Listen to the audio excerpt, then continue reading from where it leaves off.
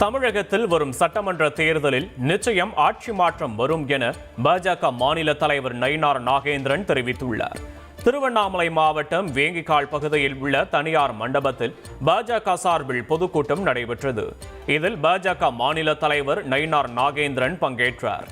தொடர்ந்து நிகழ்ச்சியில் பேசிய அவர், தமிழகத்தில் ஆட்சி மாற்றம் ஏற்பட வேண்டும் என்ற நோக்கில்தான் அதிமுகவுடன் கூட்டணி அமைக்கப்பட்டுள்ளதாக தெரிவித்தார்.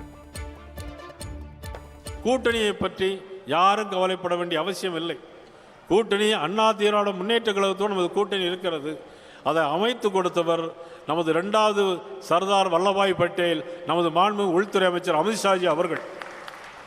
யார் என்ன கருத்து சொன்னால் நமக்கு பரவாயில்லை. எத்தனை சீட்டு நீங்கள் கவலைப்பட வேண்டிய அவசியம் இல்லை. நானும் கவலைப்பட வேண்டிய அவசியம் இல்லை. பேசி முடிவு எடுக்க வேண்டியவர்கள் நமக்கு ஒரு தலைமை இருக்கிறது. அந்த தலைமைக்கு கட்டுப்பட்டு நாம் அவர்கள் என்ன சொல்கிறார்களோ கேட்க வேண்டும்.